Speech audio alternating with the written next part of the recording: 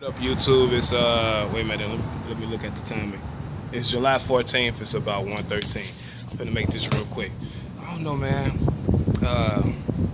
This whole thing about fetish, right, got me kind of thinking. So I had to delve into the back of my mind and go into some thoughts from like 2003. Some of the things I used to think about, which is homosexuality, right? So I'm like, let me do a little comparison and see what turns out to be a little bit worse. Okay, starting with the fetish thing, right? You got all kind of fetishes, so I don't really have to go into numerous examples, but let's just say like a foot fetish, for instance, right? Okay, some people might perceive it to be weird, unorthodox, nasty, disgusting, but even in that category of a fetish, you got so many different variations. I don't know if I should go into it. Some people like a nasty ass smell, which I think is disgusting. Some people like, I don't, do your own research, because I'm only gonna put this video, I'm only gonna unveil this video if necessary. This is some shit this is one of those videos that I'm gonna keep veiled. So do your own research and you'll see the variations. I don't feel like going into all of that. At the end of the day, it's a private matter. Now, it's strictly the senses. That's how I look at it. It's not anything cardinal, you know what I'm saying? It's strictly just the senses. Now, and it's the most common fetish, the example, the foot fetish thing, because you got other fetishes too. But compare that to homosexuality. More, I would say, like the male on male thing as opposed to a female. That's a little bit more accepted. Now, as far as the morality of homosexuality, let me start with that first. Back in 2003, when I used to think about this, and I'm like, you know, I used to hear people arguments and all that type of shit. So I thought about it. I came up with my own little perspective back then, and I used to tell it to all kind of people, but then I kind of calmed down throughout the years because I noticed the effect it had on certain people. And I'm like, okay, homosexuality, you know, I don't hit it necessarily from a biblical standpoint, but I think mine is a little bit more universal. I used to compare it to racism. I think homosexuality is morally wrong, but more so, I think it's a degenerate thing in a natural sense. Why? Okay, let's take racism, for instance, right? If you go back to slavery, for instance, you go back to the colonial period, and then you go past the colonial period, you go to the antebellum period, you go past that, you go past Reconstruction, then after Reconstruction you got the de facto and all that type of shit. Then you go up into the civil rights era, all the way up to the present. If you take the numbers and you compare like how many people engaged in interracial relationships starting from the colonial period up into the present, the number has become greater today because society has changed in a certain sense. If you go back to like the 1900s, you wouldn't see as many people in interracial relationships as opposed to today in 2018. Again, because the whole little paradigm has changed numerous times. So because of paradigm change, certain acts become more acceptable.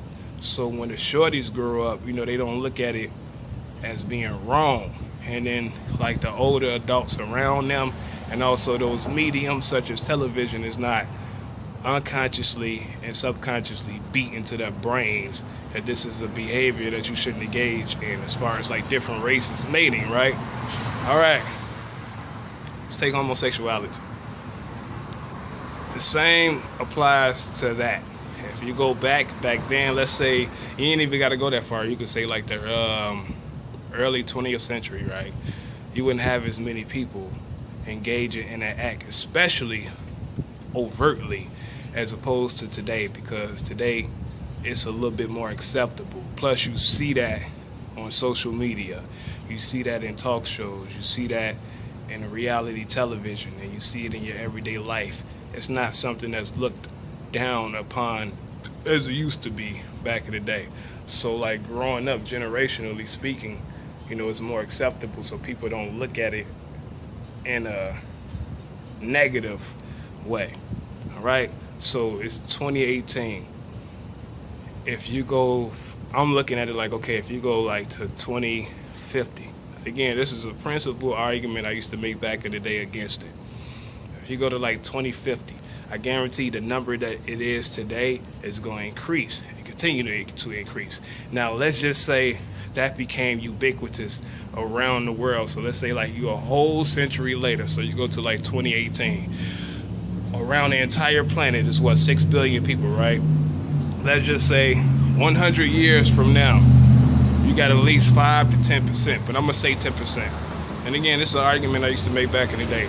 You got 10% of the global population that's engaging in homosexual activity, right? They're mating with people of the same gender. Okay, you know what that means? That's 10% of the fucking global population that wouldn't be able to procreate life.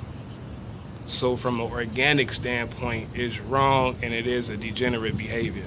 Personally, I wouldn't treat anybody that engages in that, that has that preference. I wouldn't look at them a certain way or treat them bad, etc. I'm just saying, like, in the long run, from the collective standpoint, I do think it goes against nature. And the ramifications of that is a decrease in global population, because a male and another male and a female and another female cannot mate unless you go outside of the natural process and, you have a fucking baby from a test tube or some shit like that. But other than that, that's the consequence of it. I'm gonna hit it from a philosophical point of view. It's this book that I read a long time ago, right, by Benedict Spinoza, when he was breaking down like his concept of God, and he was talking about like how everything in nature, person, place, thing, whatever, everything in nature has a mode to a mode, which is a function to its existence. Now, if you take those concepts and you apply what the fuck I just said, when those modes go against their natural, like, I'm trying to think of how I'm gonna put it, like, anything that's created in nature that has an organic purpose to it is supposed to flow a certain way. If something happens that goes against that process, or some type of consequence to it.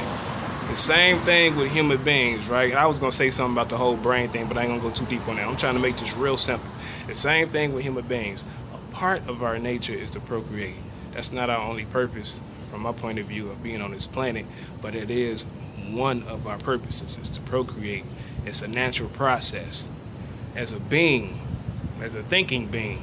So if you are mating, or not mating, but you fucking with somebody of the same gender, that's unnatural. And if it's going on the collective level, we as human beings have a certain mode to our existence. If it goes on the collective level, the ramifications to that is the decrease in procreating life, because it's not natural. And in order to make up for that, you would have to go outside of a natural process, like I said, test tube babies and shit like that. That's why I don't think it's right. I wouldn't push my perspective on anybody else, but that's what I think, as far as like I'm giving y'all like the overall picture. Now, getting in the dirt with it, right? We're gonna get a little mired. Compare that to a fucking fetish. Now think about this, right? You got intellectuals. I think it was James Baldwin. I don't think it was Bayard Rustin. I think it's James Baldwin, who turns out to be a homosexual. I heard people say the dumbest fucking shit. Man, this person shouldn't be doing this because they got a fetish. Number one, it's not nobody's business. It's 344 million motherfuckers in this country. So far, I've been to 13 states, made 15 visits. One country, Canada, 2 provinces there. All right? You count all of the people in all these states that I've been to, including those 2 provinces in Canada.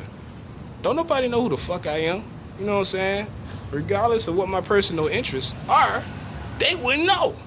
Unless somebody else had, or some persons had like some type of fucking agenda and wanted to use a lot of fucking trickery to persuade people against me, etc. In other words, you'll go around leaking some shit through a wire that you shouldn't be leaking. But even if you consider the premise like, okay, that's a nasty fetish, compare that shit to homosexuality. You know, I seen this little debate with Michael Eric Dyson, right? And he was debating this dude from Canada. So it was like 4 people on the panel. And this happened in Canada too. Probably last year, I think last year. And it could have been around the same time I was in Canada, because I was in Canada in November. Or I came back in November. I left in late October, I think, if not early November. I think late October, and then came back in November. But I came back in November. Anyway, this little debate took place, right? And you had 4 people on the panel. One of them was a homosexual. And in the midst of them talking, right, going back and forth, you know, they did a little bantering, you know what I'm saying? They did a little joking back and forth, Michael Eric Dyson and the homosexual. You know, Michael said something about sitting on his lap, and the guy was like, don't flatter yourself. You know what I'm saying? Going back. But, you know, he was open about the fact that he was gay. Now, if you think about this shit, when people talk about something that's nasty, okay, a fetish, like I said, is more so like the senses. You know what I'm saying? It affects your biology because you find some type of attraction about whatever it is that you have a fetish for, right? As opposed to homosexuality. Now, if you think about it, the guy that Michael Eric Dyson debated on stage, including somebody like James Baldwin, think about what goes on in their personal life, right, when they're not on camera. If he is attracted to another man, that means they're going to get down. Or they have gotten down. They're going to continue to get down. Now, what happens when they do that? You know what happens? Penetration. You're taking the dick and you're putting it in your asshole, and vice versa. And then you got the oral thing that happens, where a motherfucker is basically busting in your mouth. You know what I'm saying? That's fucking nasty to me. Again, I wouldn't go around and say that to somebody directly unless I had to. But another man is groping in another man's mouth. Think about that shit. You got sperm coming out and it's being released. And right before that happened, this motherfucker sucking on somebody's dick. Alright? Until that motherfucker busts in his mouth and vice versa. Now, this same person is going to sit on stage from somebody else or just interact with somebody else in life. Now, say they're intellectuals. They like to think. So they like to debate. They like to read. They like to process. All that type of shit. So when they're conversing with somebody, you talking to another man that's straight.